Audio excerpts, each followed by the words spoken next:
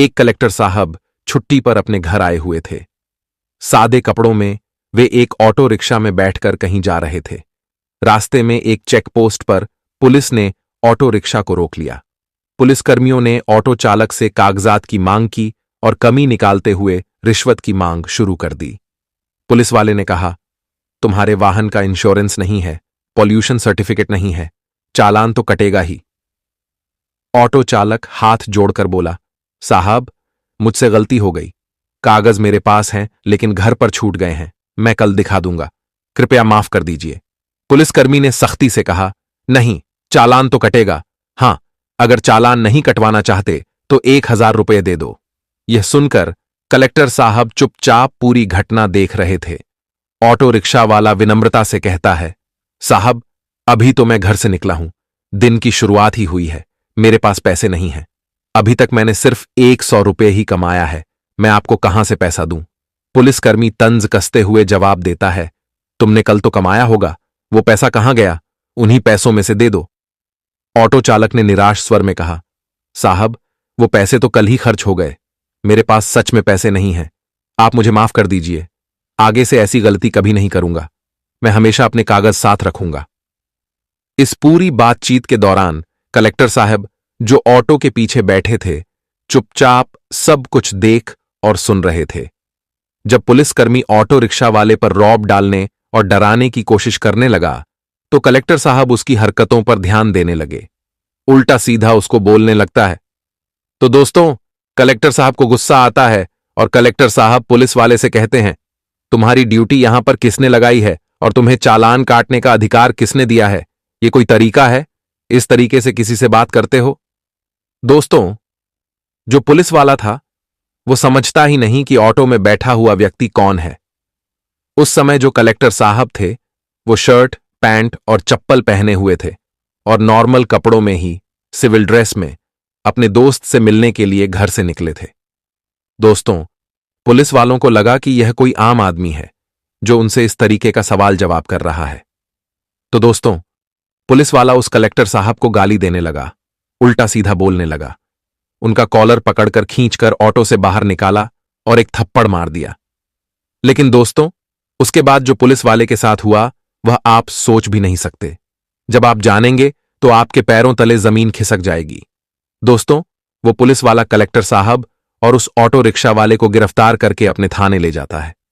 लेकिन फिर भी कलेक्टर साहब अपनी पहचान नहीं बताते और यह नहीं कहते कि वह कलेक्टर हैं। लेकिन दोस्तों, उस रात ऐसा क्या हुआ कि पूरे थाने में हंगामा मच गया और जो ऑटो रिक्शा वाला था उसकी भी पैरों तले जमीन खिसक गई। साथ ही उस सिपाही के साथ जो इन दोनों को गिरफ्तार करके लाया था, कुछ ऐसा हुआ जिसे जानकर सच में आपके होश उड़ जाएंगे। दोस्तों, यह घटना बेहद दिलचस्प है। आइए इस वीडियो के माध्यम से पूरी सच्चाई जानते हैं। लेकिन दोस्तों, वीडियो में आगे बढ़ने से पहले आपसे एक छोटी सी रिक्वेस्ट है। अगर आप हमारे चैनल पर पहली बार आए हैं तो कृपया चैनल को सब्सक्राइब करें और वीडियो को लाइक करें।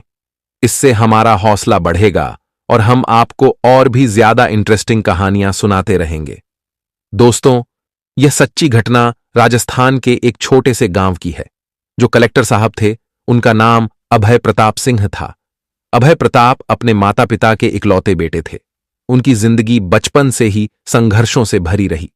आज से 10 साल पहले उनकी हालत बिल्कुल अलग थी। उस समय कलेक्टर साहब अपने पिताजी के साथ सब्जी मंडी में सब्जी बेचने जाया करते थे।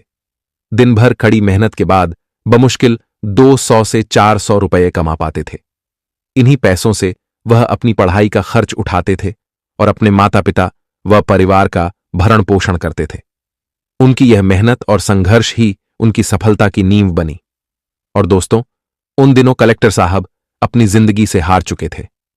वह चाहते थे कि वह अपने जीवन में एक बेहतर इंसान बने ताकि किसी के सामने उन्हें झुकना न पड़े।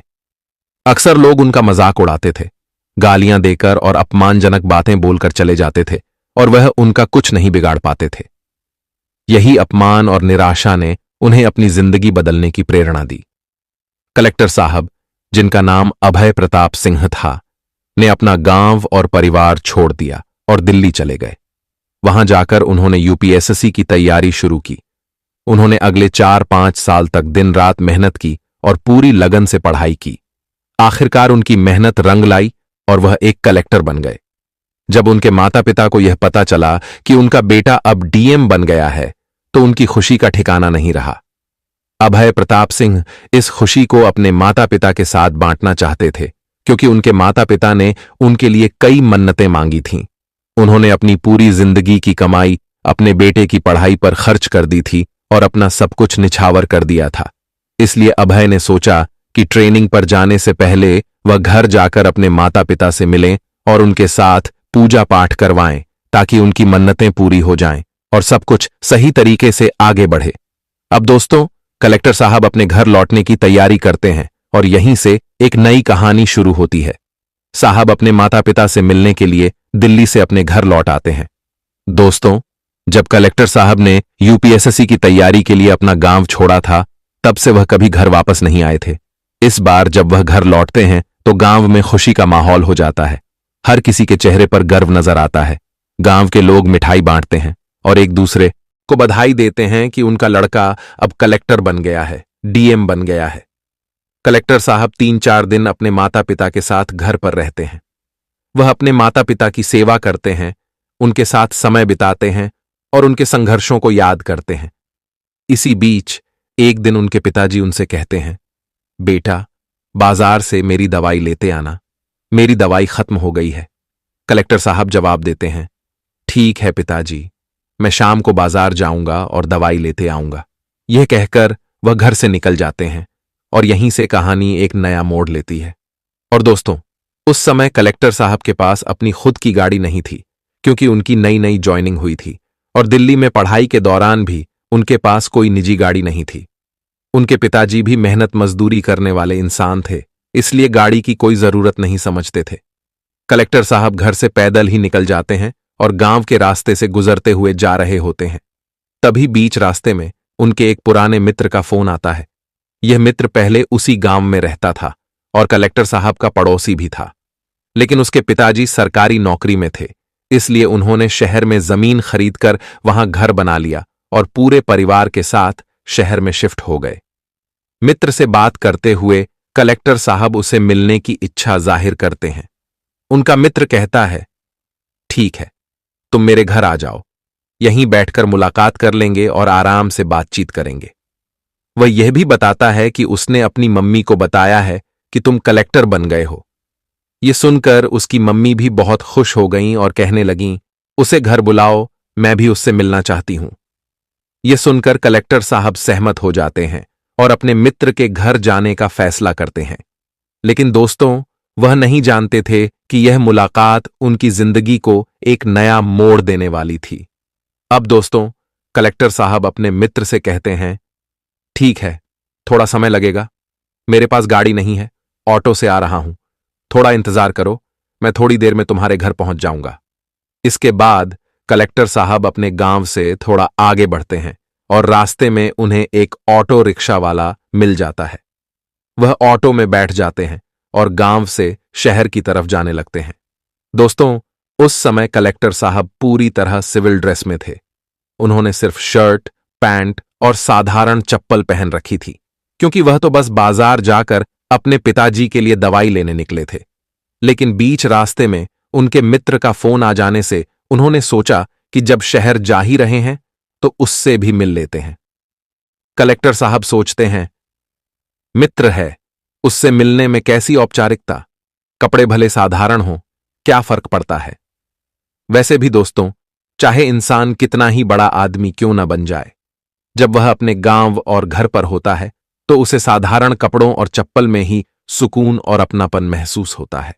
उसी सादगी में असली खुशी होती है। तभी ऑटो रिक्शा शहर की ओर बढ़ रहा होता है, लेकिन दोस्तों, इसी सफर के दौरान कुछ ऐसा होता है जिससे कहानी अचानक एक रोमांचक मोड़ लेती है। बीच रास्ते में ऑटो रिक्शा वाला अचानक ऑटो रोक देता है और कलेक्टर साहब से कहता है, भैया, थोड़ी देर रुकना पड़ेगा, आगे चेक पोस्ट है, वहां चेकिंग हो रही है। अगर मैं अभी जाऊंगा तो ये लोग मुझे पकड़ लेंगे और फालतू में पैसा मांगेंगे। कलेक्टर साहब हैरान होकर पूछते हैं, अरे ऐसा क्यों, तुम्हारे पास कागज तो सब सही है ना? ऑटो वाला जवाब देता है, हां भैया, मेरे पास कागज पूरे हैं, सब कुछ ठीक है, लेकिन फिर भी ये लोग बिना वजह चालान काट देते हैं, कोई ना कोई कमी निकाल लेते हैं और जबरन पैसे ले लेते हैं।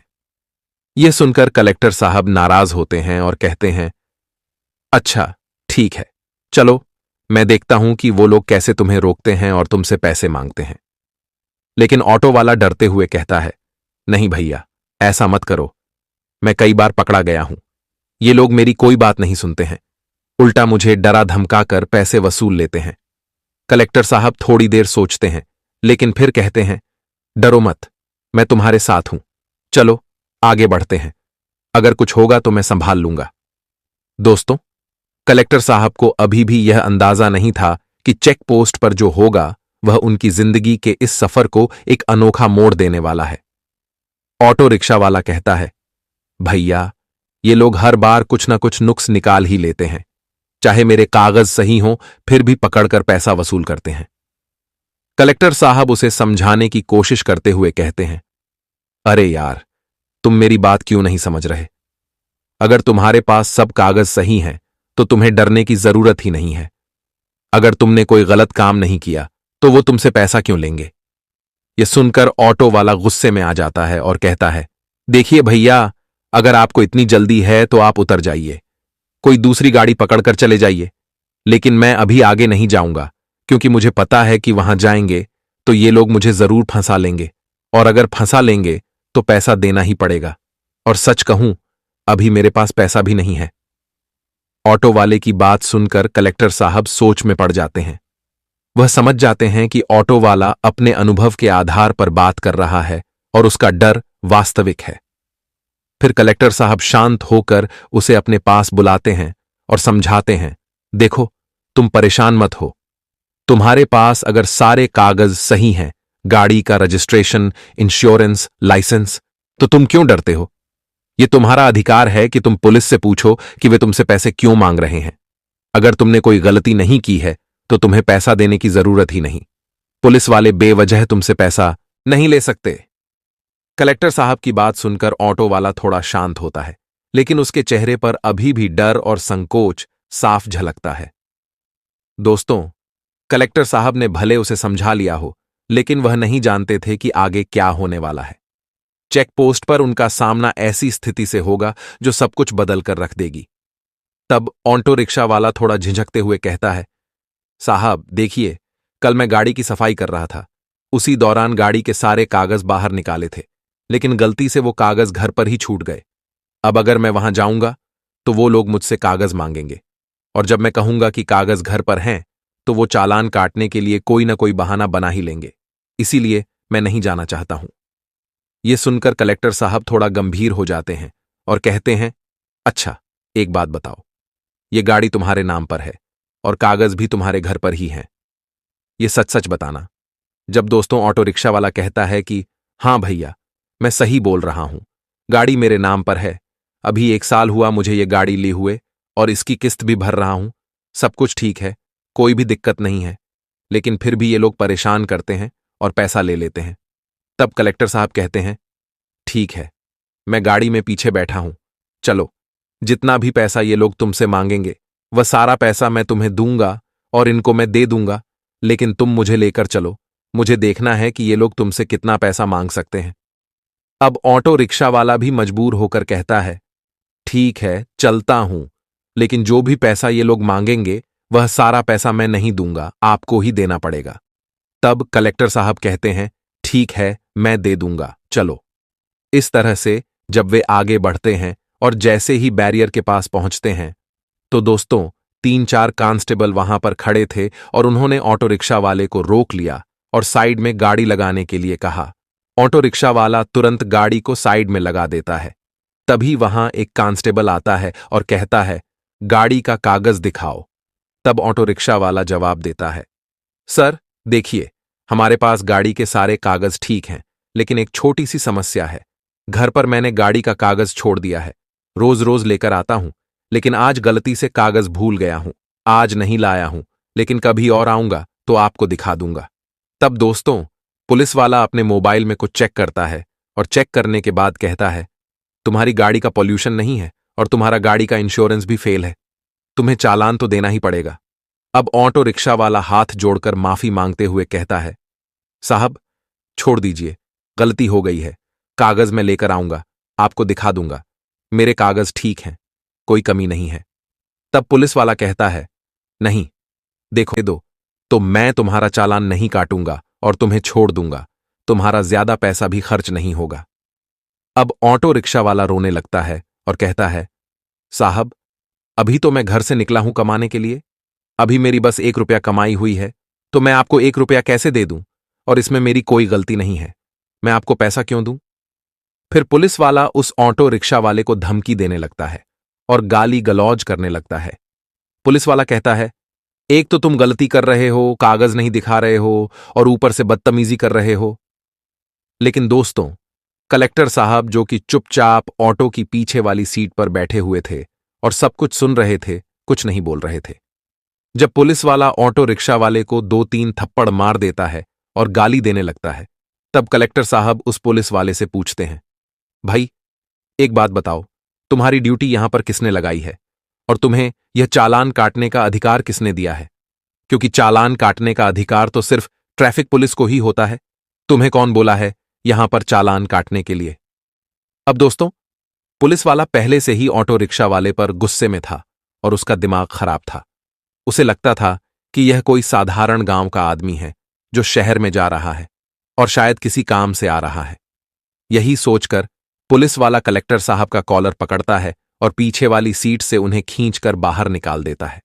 बाहर निकालने के बाद वह उन्हें धमकी देता है और कहता है, तुमसे क्या मतलब है? तुमको जो काम करना है, जहां जाना है, जाओ, अपना काम करो। मैं इससे बात कर रहा हूं, बीच में बोलने की तुम्हें क्या जरूरत है? तब कलेक्टर साहब कहते हैं, अगर तुम्हें वर्दी मिल गई है तो इसका मतलब यह नहीं कि तुम जो चाहो वो करोगे। जिसको मारने का मन करेगा उसे मार दोगे और जिससे पैसा वसूलने का मन करेगा उससे वसूल लोगे। यही वर्दी का मतलब है। ये सब सुनकर पुलिस वाले को बहुत गुस्सा आ जाता है और वह कलेक्टर साहब को गिरफ्तार कर लेता है। वह कहता है, चलो यहां पर तुमको नहीं समझाऊं तो तुम्हें थाने पर लेकर समझाता हूं। अब कलेक्टर साहब भी चुप रहते हुए कहते हैं, ठीक है, चलो मैं भी तुम्हारे साथ थाने पर चलता हूं और देखता हूं कि वहां तुम मुझे क्या समझाओ। मैं भी यही चाहता हूं। इसके बाद पुलिस वाला ऑटो रिक्शा वाले चालक और कलेक्टर साहब दोनों को गिरफ्तार कर लेता है। वे दोनों पुलिस स्टेशन पहुंचते हैं, लेकिन जैसे ही कलेक्टर साहब पुलिस स्टेशन पर पहुंचते हैं, एक सिपाही उन्हें पहचान लेता है। वह तुरंत उनके पास जाकर उन्हें सैल्यूट करने लगता है और सिपाही कलेक्टर साहब से कहता है, साहब अरे आप यहां पर कैसे आ गए हैं और ये इनके साथ आप क्या कर रहे हैं? ये कैसे गिरफ्तार हो गए? क्या मतलब हुआ है? कुछ बताइए। तब कलेक्टर साहब मुस्कुराते हुए कहते हैं, अरे नहीं नहीं, कोई बात नहीं, बस थोड़ी सी गलतफहमी हो गई थी। सिपाही फिर थोड़ी देर चुप रहता है और कलेक्टर साहब की स्थिति को देखकर वह और कुछ नहीं पूछता, लेकिन उसका चेहरा साफ बताता है कि उसे अभी भी समझ में नहीं आ रहा था कि यह सब कैसे हो गया। अभी थोड़ी देर में सारी गलतफहमी दूर हो गई। दोस्तों, वह कांस्टेबल सैल्यूट करके साइड में हो जाता है और जब पुलिस वाला यह देखता है कि थाने का ही कांस्टेबल कलेक्टर साहब को सैल्यूट कर रहा है, उन्हें साहब कह रहा है और पूछ रहा है, साहब आपको गिरफ्तार क्यों किया गया है? तो दोस्तों, उसके पैरों के नीचे से जमीन खिसक जाती है। उस समय उसे कुछ समझ नहीं आता कि आखिरकार उसके सामने क्या हो रहा है। ऑटो रिक्शा वाला भी उस समय पूरी स्थिति को समझ नहीं पाता कि वहां पर क्या चल रहा है। तब कलेक्टर साहब थाने में मौजूद सभी सिपाहियों को एक जगह बुलाते हैं और समझाते हैं, आप लोग अगर अपने शहर में इस तरीके से काम करेंगे तो बताइए यहां की जनता पुलिस से क्या उम्मीद रखेगी? कलेक्टर साहब गुस्से में कहते हैं, शायद आप लोग जैसे पुलिस वालों के कारण ही पूरी पुलिस टीम बदनाम होती है। इस ऑटो रिक्शा वाले की कोई गलती नहीं थी, लेकिन फिर भी आप इससे 1000 रुपए मांग रहे थे। अगर यह पूरा दिन मेहनत करेगा तो भी उसे 100 रुपए मिलेंगे या नहीं, यह तो उसे भी नहीं पता है। लेकिन आप बिना कुछ किए बस चुटकी में उसे 1000 रुपए निकाल लेंगे और अपने पॉकेट में रख लेंगे। क्या आपको ड्यूटी के दौरान यही सिखाया गया है?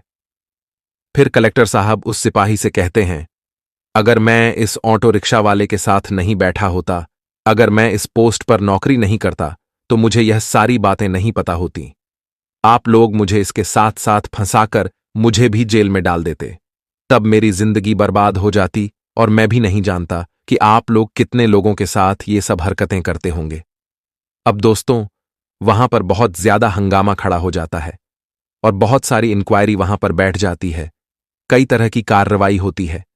फिलहाल वहां पर 1-2 दिन तक सभी स्टाफ के लोग परेशान रहते हैं और सबके बीच में दहशत का माहौल बन जाता है। लेकिन दोस्तों, धीरे धीरे कार्रवाई आगे बढ़ती है और अंत में निष्कर्ष यह निकलता है कि जो पुलिस वाला कलेक्टर साहब के साथ बदतमीजी कर रहा था, उसे नौकरी से निकाल दिया जाता है, निलंबित कर दिया जाता है, उसके की सजा उसे मिल जाती है। अब दोस्तों, वह पुलिस वाला अपने घर पर बैठकर अपने पड़ोसियों, दोस्तों और रिश्तेदारों से श्वास लेता है और सोचता है कि उसे अब अपनी जिंदगी में पैसा कमाने और अपनी जिंदगी को सही तरीके से गुजारने की आवश्यकता है। दोस्तों, ऐसे लोगों के साथ ऐसा ही होना चाहिए, तभी वह अपनी गलतियों से सीख पाएंगे और एक बेहतर इंसान बन सकेंगे। दोस्तों, इस घटना को सुनने के बाद आप लोग क्या कहना चाहेंगे? अपनी राय हमें कमेंट बॉक्स में जरूर बताइएगा। दोस्तों, इस कहानी को सुनाने का मेरा उद्देश्य किसी को परेशान करना, भावनाओं को आहत करना या किसी के दिल को दुखाना नहीं था, बल्कि मेरा उद्देश्य आपको जागरूक, सचेत और अलर्ट करना था। इस पूरे वीडियो को देखकर आपका मन सोचने पर मजबूर हो गया होगा। ऐसी ही और कहानियों के लिए हमारे चैनल को लाइक, शेयर और सब्सक्राइब जरूर करें। आपकी क्या राय है? कृपया अपनी राय निष्पक्षता के साथ कमेंट बॉक्स में जरूर दें। जहां भी रहिए, सचेत रहिए, सुरक्षित रहिए। बहुत बहुत धन्यवाद।